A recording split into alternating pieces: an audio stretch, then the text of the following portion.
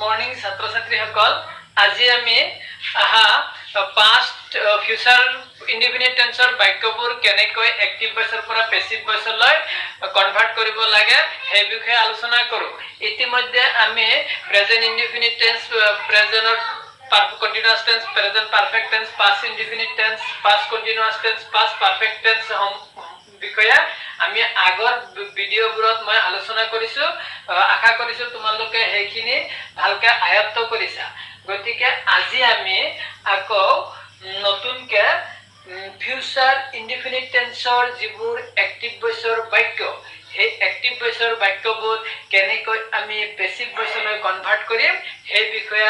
আজি আমি আলোচনা কৰিছো। আশা কৰিছো তোমালোকে মোৰ এই ভিডিঅ'খিনি চোৱাৰ পিছত নিশ্চয় তোমালোকৰ ভয়েস চেঞ্জ সম্পৰ্কে যিখিনি তোমালোকৰ যিখিনি খুকুজা আছে এই খুকুজাখিনি তোমালোকৰ কি হ'ব, ক্লিয়াৰ হ'ব। গতিকে আমি ডাইৰেক্ট টপিকছত যোৱাৰ আগত এবাৰ আমি আকৌ পুনৰ আলোচনা কৰিলো, ৰিকল কৰিলো যে ফিউচাৰ ইনডিফিনিট টেন্সৰ এক্টিভ ভয়েসত থকা বাক্যবোৰ আমি কেনেকৈ পেসিভ ভয়েসলৈ কনভাৰ্ট কৰিব লাগিব তাৰ কেইটামান নিয়ম আছে। সেই নিয়মবোৰ হ'ল যে এক নম্বৰতে আছিলে কি যে এক্টিভ ভয়েসৰ যিটো অবজেক্ট, এক্টিভ ভয়েসৰ অবজেক্টটো পেসিভ ভয়েসত কি হৈ যায়, সাবজেক্ট হৈ যায়। তাৰ পিছত আকৌ ইয়াৰ পিছত আমি কি কৰিব লাগিব যে পেসিভ ভয়েসৰ যিটো সাবজেক্ট, সেই সাবজেক্টৰ নাম্বাৰ আৰু পাৰ্সন অনুযায়ী কি বহিব, shall be অথবা will be, shall be বা will be। ইয়াৰ পিছত আমাৰ কি হ'ব, এক্টিভ ভয়েসৰ যিটো মেইন ভার্ব বা ট্রান্সিটিভ ভার্ব, ট্রান্সিটিভ ভার্বটো কি হ'ব, মেইন ভার্ব বা ট্রান্সিটিভ ভার্বটো থার্ড ফর্ম বা পাস্ট পার্টিসিপল,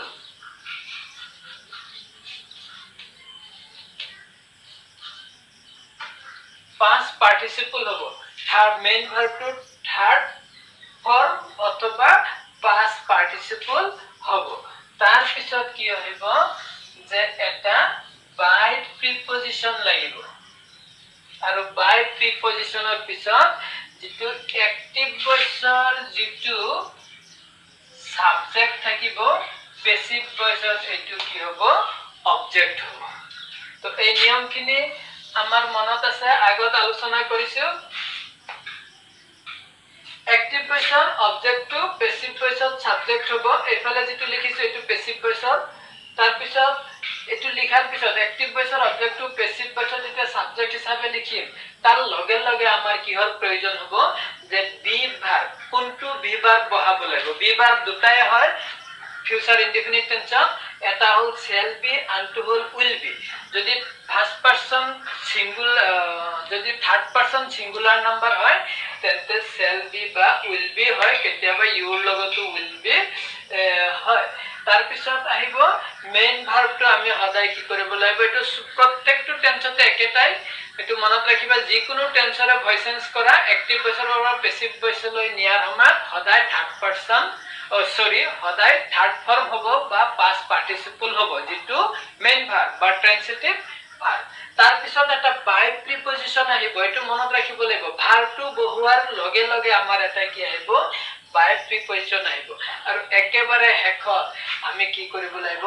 এক্টিভ ভয়েসত যেটো সাবজেক্ট থাকিব হেতু পেসিভ ভয়েসত অবজেক্ট হিচাপে লিখিব লাগিব। যদি প্রনাউন সাবজেক্টে যদি প্রনাউন থাকে তেন্তে প্রনাউন চেঞ্জ হৈ পেলাই অবজেক্ট হ'ব। তো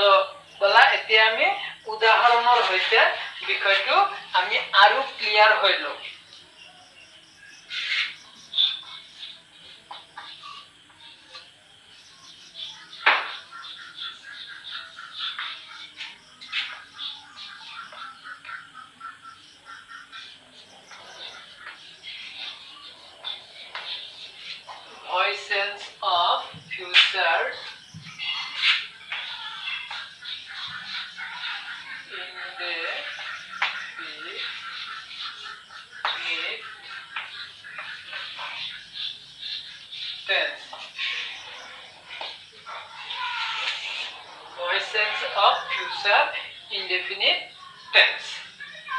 এটা উদাহরণ লিখো আমি active question I shall post a letter. I shall post a letter. এটু একেবারে আমি জানো এটু কি হল হেৰি ফিউচাৰ টেন্সৰ বাক্য কাৰণ ইয়াত সাবজেক্ট হৈছে ফৰ্মেশনটো আছে সাবজেক্ট প্লাস shall বা will তাৰ পিছত মেইন ভাৰ্বৰ প্ৰেজেন্ট ফৰ্ম তাৰ পিছত অবজেক্ট তো এই মতে আছে ইয়াত সাবজেক্ট আছে পিছত shall আছে তাৰ পিছত মেইন ভাৰ্বৰ প্ৰেজেন্ট ফৰ্ম আছে তাৰ পিছত অবজেক্ট আছে তো এটু ফিউচাৰ ইনডেফিনিট টেন্স বা সিম্পল ফিউচাৰ টেন্সৰ বাক্য গতিকে এই বাক্যটোক আমি পেসিভ ভয়েসলৈ কনভাৰ্ট কৰিব লাগে তো পেসিভ ভয়েসলৈ কনভাৰ্ট কৰা সময়ত আমি কি আছিল নিয়মবোৰ পেসিভ ভয়েসলৈ কনভাৰ্ট কৰাৰ কাৰণে আমাৰ নিয়মবোৰ হ'ল যে এক নম্বৰ আছিল যে एक्टिव वॉइसर ऑब्जेक्ट टू पैसिव वॉइसर सब्जेक्ट होबो तो यात एक्टिव वॉइसर ऑब्जेक्ट होल ए लेटर एटु की होबो सब्जेक्ट होबो पैसिव वॉइसर सब्जेक्ट होबो ए लेटर तार पिছত shall be বা will be होबो यात will be दिन ए लेटर will be तार पिছত main verb to third form होबो লাগে मेन भार्ब আছে पोस्ट टू पोस्टेड होबो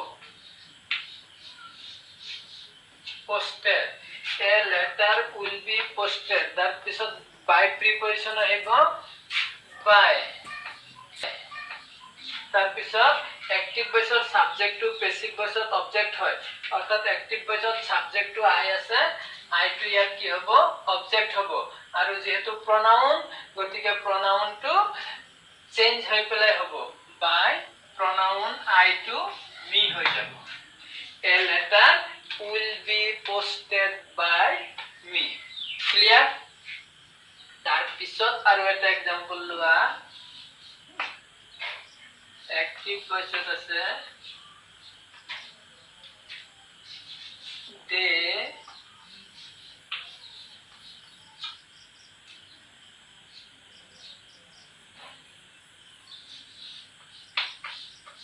will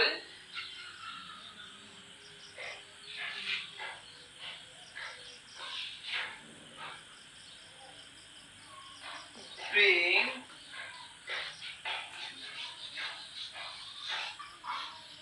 a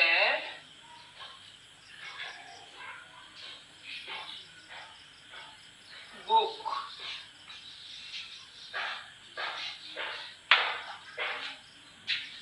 they will bring a book etu future indefinite tense বা simple future tense or বাক্য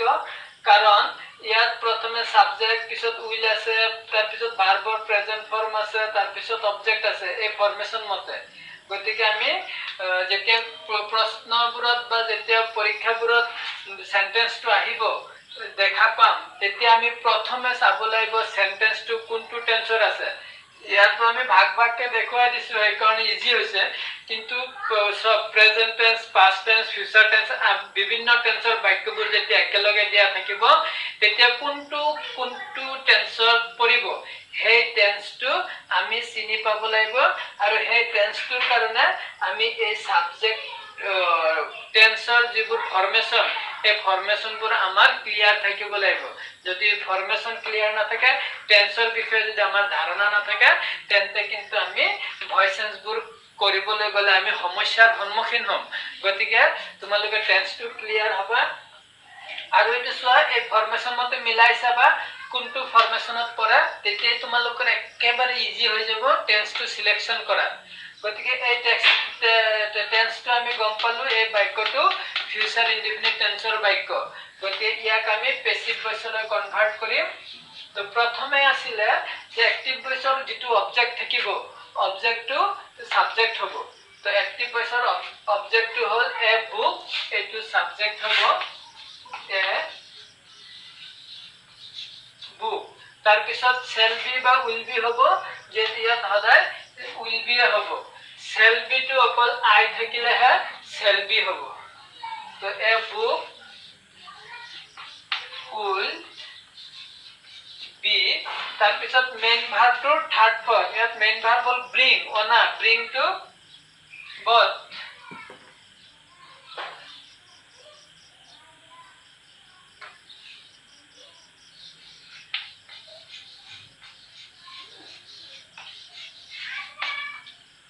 A book will be brought তার পিছত এটা by preposition by তার পিছত active voice or subject to active voice or subject এটো এই subject to passive voice or object হবো ইয়াত object হবো যে হলে them A book will be brought by them ইহতৰ দ্বাৰা এটা কিতাপ অনোৱা হবো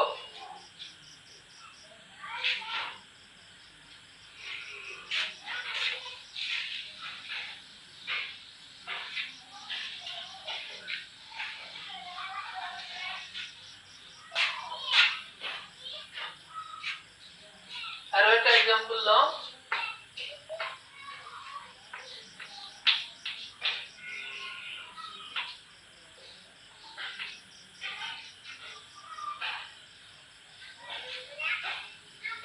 you will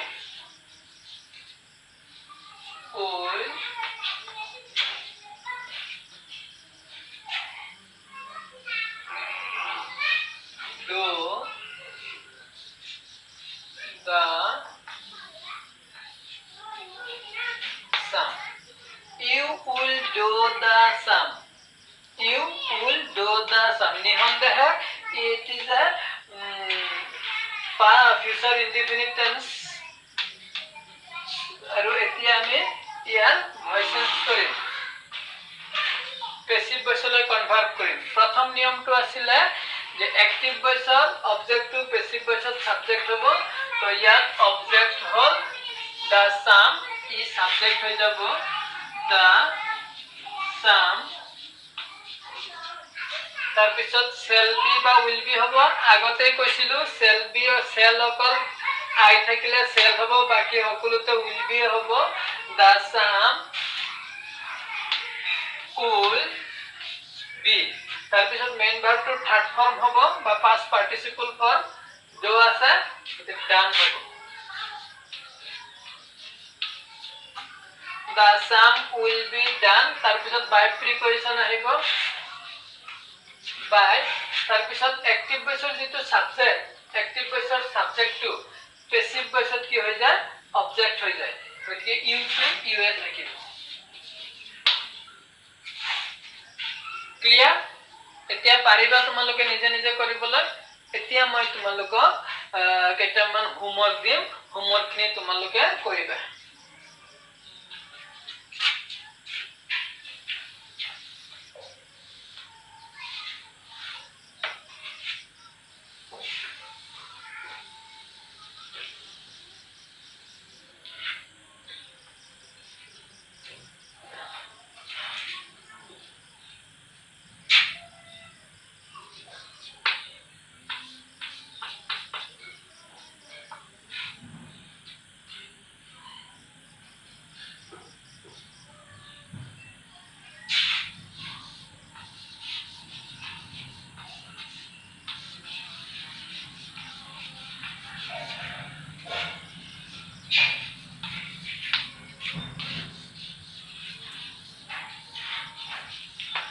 I shall learn the lesson.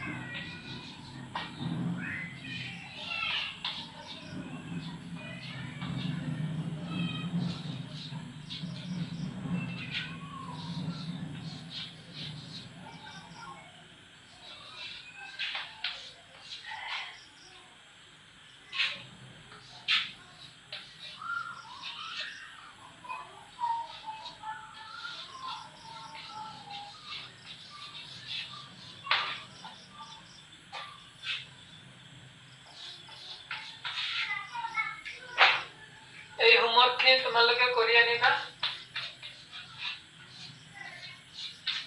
এই হোমৱৰ্কখিনি তোমালোকে কৰি পেলাই মোৰ আমাৰ স্কুলৰ ষ্টুডেন্ট সকলে মোৰ পাৰ্সোনাল হোৱাটসএপ নম্বৰত পঠিয়াবা মই চেক কৰিম ভুল হলে আকৌ দিম আৰু বাকি যি সকলে মোৰ এই ভিডিওটো চাইছে যদি কিবা কনফিউজ হৈ আছে যদি কিবা হুদিব লগিয়া আছে মোৰ ইনবক্সত কমেন্ট কৰিবা আৰু সকলোৱে মোৰ এই ভিডিওটো শেয়াৰ কৰিবা লাইক কৰিবা কমেন্ট কৰিবা আৰু সকলোৱে মোৰ channel to subscribe koriba. Thank you very much.